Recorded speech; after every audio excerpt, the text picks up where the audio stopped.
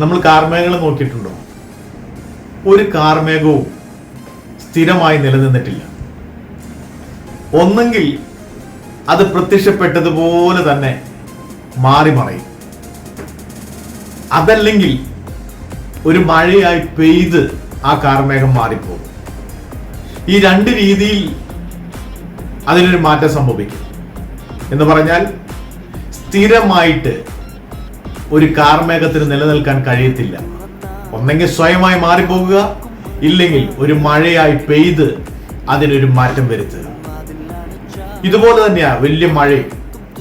നമ്മൾ വിചാരിക്കും കനത്ത മഴ തോരത്തില്ല, അല്ലെങ്കിൽ അത് സ്റ്റോപ്പ് ആകില്ലെന്ന് ചിന്തിക്കും. നമ്മളൊരു പാട്ട് ഇങ്ങനെ കേട്ടിട്ടില്ലേ, ഒരു മഴയും തോരാതിരിക്കില്ല. ശരിയല്ലേ? ഏത് മഴയാണ് നിത്യമായി നിലനിന്നിട്ടുള്ളത്?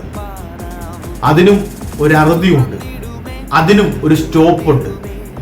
ഇതുപോലെ തന്നെ നമ്മുടെ ജീവിതത്തിലെ പ്രതിസന്ധികളും, നമ്മുടെ ജീവിതത്തിലെ പ്രയാസങ്ങളും, നമ്മുടെ ജീവിതത്തിലെ പ്രശ്നങ്ങളും, ഒരുപക്ഷെങ്കിൽ നമ്മുടെ ബലഹീന മനസ്സിൽ നമ്മൾ ചിന്തിക്കും, ഇത് സ്ഥിരമായി നിലനിൽക്കുന്നതാണോ?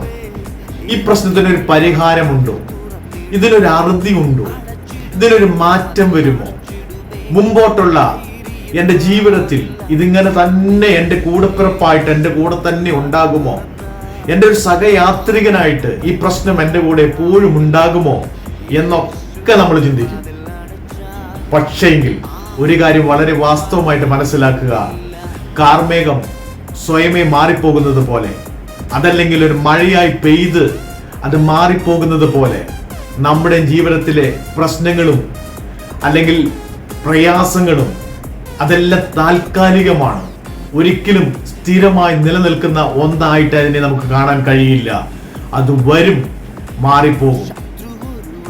നമ്മെ നശിപ്പിക്കുവാൻ, നമ്മെ ഇല്ലായ്മയാക്കുവാൻ, നമ്മെ ദുഃഖിപ്പിക്കുവാൻ, നമ്മെ താഴ്ത്തിക്കെട്ടുവാൻ, അല്ലെങ്കിൽ നമ്മെ പാടെ നശിപ്പിക്കുവാനായിട്ട് നമ്മുടെ മുമ്പിൽ വരുന്ന പ്രതിസന്ധികളെ നമ്മൾ ഇങ്ങനെ തന്നെ കൈകാര്യം ചെയ്യണം. നമ്മുടെ മുമ്പിൽ വരുന്ന പ്രശ്നങ്ങളെ നമ്മൾ ഇങ്ങനെ തന്നെ കൈകാര്യം ചെയ്യണം.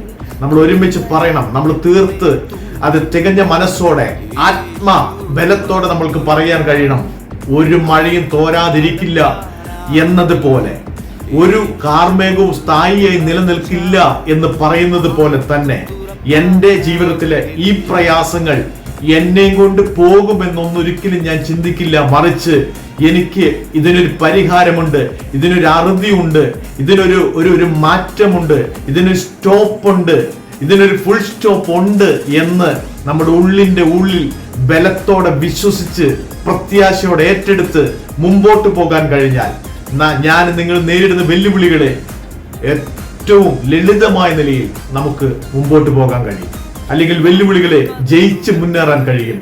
പ്രിയമുള്ളവരെ, അത് തന്നെയാണ് നമുക്ക് വേണ്ടത്. ആ ഒരു മാനസിക കരുത്താണ് നമുക്ക് വേണ്ടത്. ഈ ഒരു ചെറിയ സന്ദേശത്തിലൂടെ എനിക്ക് നിങ്ങൾക്കും അത് പ്രാപിക്കുവാൻ കഴിഞ്ഞാൽ അതാണ് പ്രിയമുള്ളവരെ ഏറ്റവും മഹത്തായ കാര്യം എന്ന് പറയുന്നത്. അതിന് നമുക്ക് വേണ്ടുന്നതായ ഒരു ആത്മബലം നമുക്ക് പ്രാപിച്ചെടുക്കാം, ഒരു ആത്മശക്തി നമുക്ക് പ്രാപിച്ചെടുക്കാം.